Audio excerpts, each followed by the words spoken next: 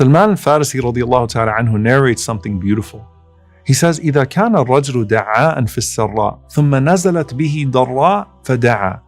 That if you have a person who's accustomed to making dua to Allah subhanahu wa ta'ala in good times, and then he goes through a hardship and makes a dua, as his voice travels through the heavens, قَالَتِ الْمَلَائِكَةِ صَوْتٌ مَعْرُوفٌ فَاشْفَعُوا لَهُ.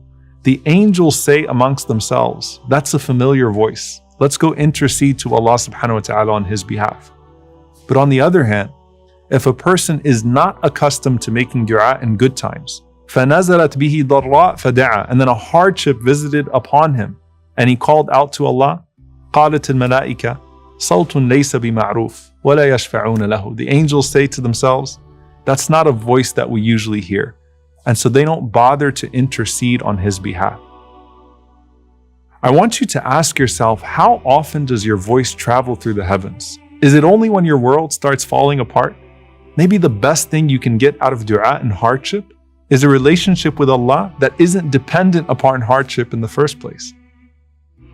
When Ibrahim ﷺ had his hardest moment, he spoke of his Lord as an intimate friend that he already knew, and with such confidence he said, Inna Rabbi lasami'ud du'a. Without a doubt, my Lord always hears my du'as. And when Zakaria ﷺ calls out to his Lord, he says, وَلَمْ أَكُمْ بِدُعَائِكَ رَبِّ شَقِيًّا. You've never disappointed me before with my du'a, O my Lord. And you would think hearing that Zakaria ﷺ was a rich man with lots of palaces and children. But he was a carpenter in his 90s, living a very simple life, while he and his wife never were able to have children. And with that, he says, you've never let me down, O Allah. But how can that apply to you? You've taken your steps towards Allah. You've made dua with sincere hopes that it's going to be answered. And then you even make changes in your life. You strive harder, but temptation still comes your way. Your old sins seem to keep resurfacing like test after test. Didn't Allah say that one step towards Him will cause Him to come to you with speed? Why does it feel like the temptations are coming at you just as fast? And when you continue to try to not be deflated and make reaching out to Him a part of your regular routine, sometimes your hardships seem to be endless. How is it that some people can still be so optimistic in the face of continuous hardship? Why don't I have that relationship with Allah? The Prophet ﷺ said, "Ad-du'a huwa al-ibadah." Du'a is worship, and you can't only worship Allah when times are tough. And one of the things that was so beautiful about him ﷺ was that if you saw him in sujood for a long time, crying and making dua, you wouldn't know if something really bad just happened to him or something really good just happened to him. Because both hardship and ease drove the Prophet ﷺ to the same position of prostration and prayer.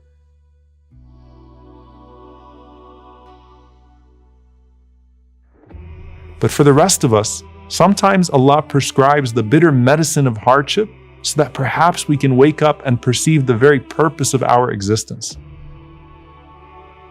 And just like sin can be a catalyst to come back to Allah, hardship can be a catalyst to fall in love with Him. And that relationship with Him is the greatest rizq you can get when calling upon Him. Because before the removal of the hardship itself, we can feel this expansion in our chest as faith is renewed and settled within. But I turned to Allah and made dua to Him. Shouldn't all of my problems actually go away? The Prophet ﷺ said, "Ud'u Allah wa antum muqinuna bil ijaba." Call upon Allah while you are certain in the answer. وَإِذَا سَأَلَكَ عِبَادِي عَنِّي فَإِنِّي قَرِيبٌ. And when my servant asks about me, I am close. I respond to the call of the caller when he calls upon me. And that's why Umar radiallahu anhu said, I don't even worry about the response to my du'as. I just worry about the ability to make du'a because I know that Allah will do His part.